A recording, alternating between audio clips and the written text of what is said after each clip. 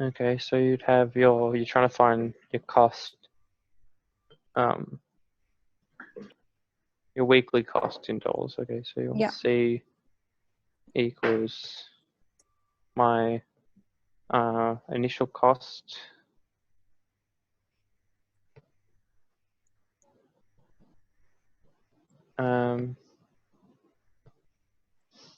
minus my 1.5 times how many times t. So or is it 320 minus 1.5 t?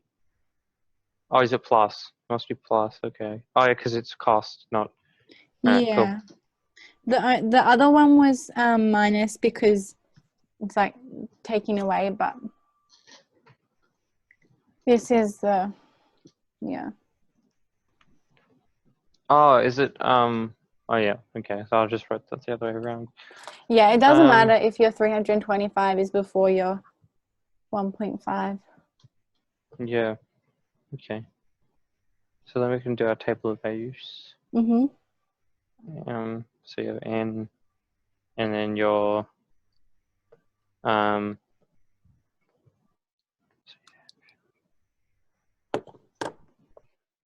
c and then n. Yeah. Okay.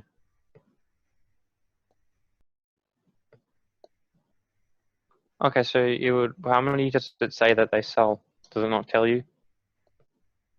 It tells you in the table of values. Oh yeah.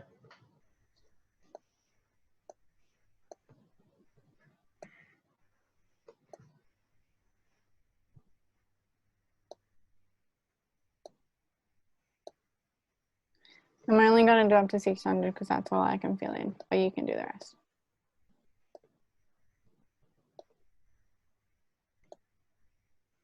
It's 1,000. Okay.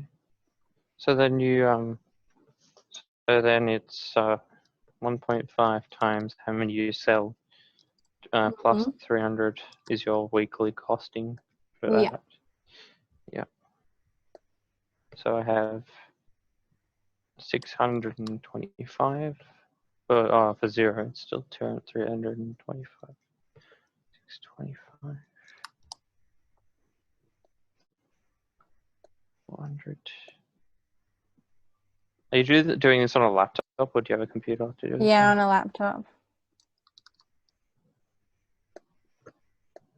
Yeah, my computer doesn't have a webcam because I never bothered to buy one.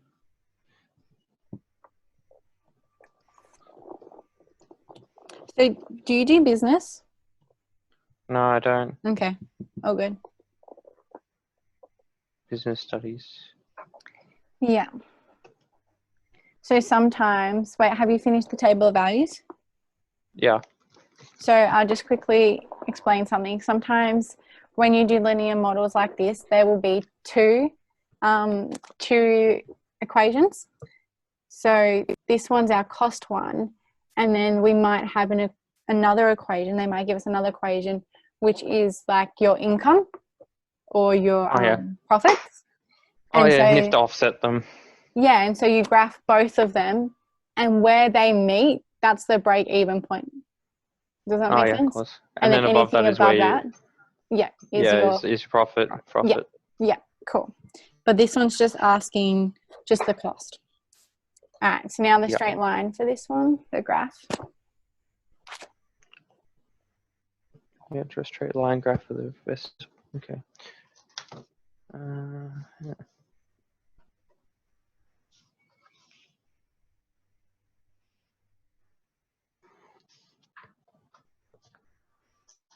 So you start at 0. It's actually a positive one this time, isn't it? You start at 0 on the x-axis, but on the y-axis, what do we start at? On the x, you start at 320. Yeah, because that's your. Oh no, it's 325. Yeah.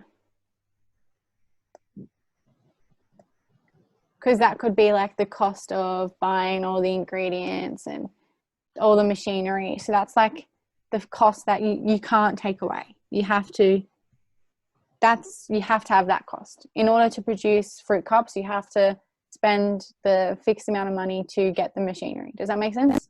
Yep. So you always start it. Yeah. But then And you then- can moderate what the cost is by how many things you produce. Does that make sense? So if you Yeah, so then produce, you go to Yeah. 400. You got to figure out what's how many you can sell based. I mean, how many you're gonna make based on how much you sell. yeah, and then when you Because if you start sell, making if you profit, make heaps and don't sell them all, then you lose. So yeah.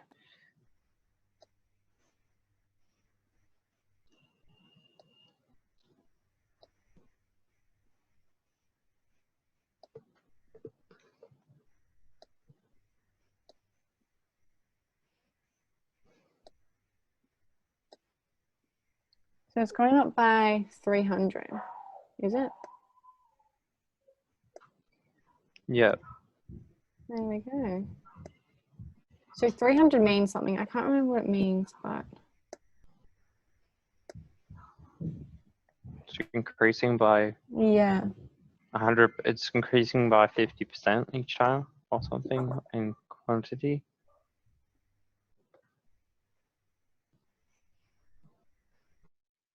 I know it's increasing by 100%. You're selling 100%. Oh no, it's not doubling quite that, but it's.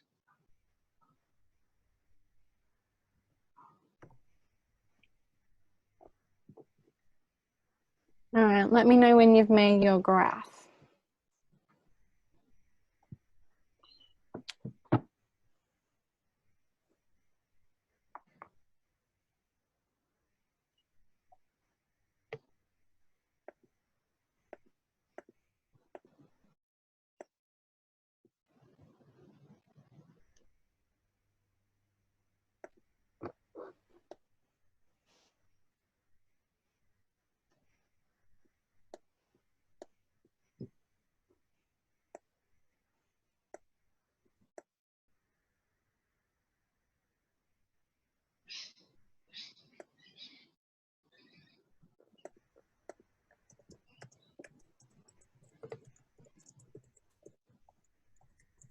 So what I drew in yellow is not actually the break-even point, but that's what it could look like. Yep. Yeah, cool. All right.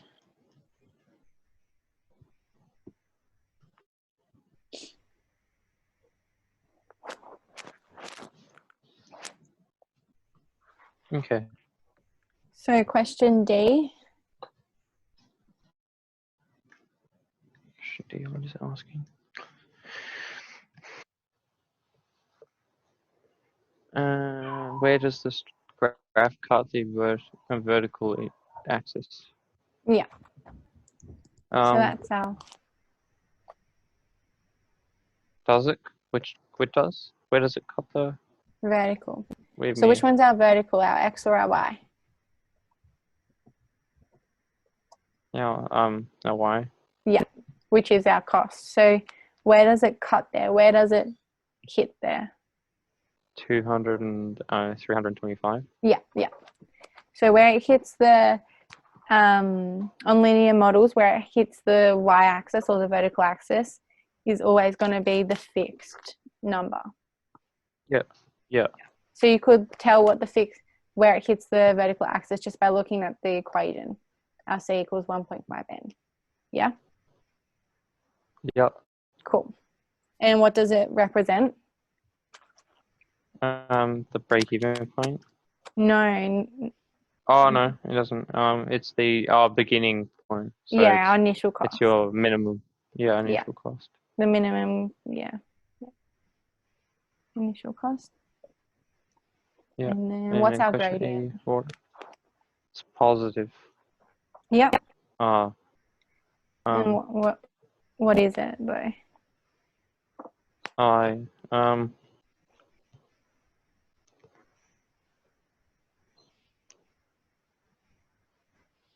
So just by looking at the equation, you goes. can tell what the gradient is.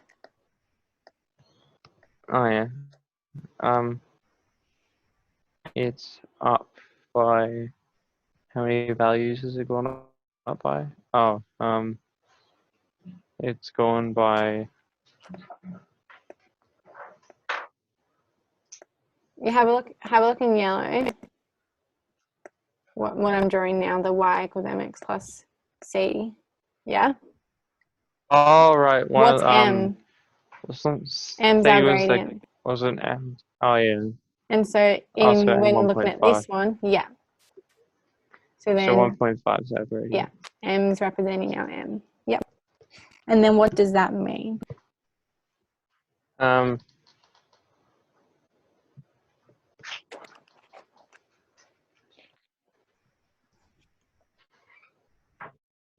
Oh, that what it represents. It kind of tells us at the The question in 6, at the beginning of question 6. What's 1.5? What does it represent? all right, it's it's the amount of dollars per cup. Yeah, the cost per cup. Yeah. And then we have to. That's What did you say? yeah. That cost also doesn't. This doesn't. This cost is like costing. It doesn't show profit at all. It doesn't show how much No. like you doesn't sell show your profit. things for. Yeah, because you might make cost at 1.5, but Yeah.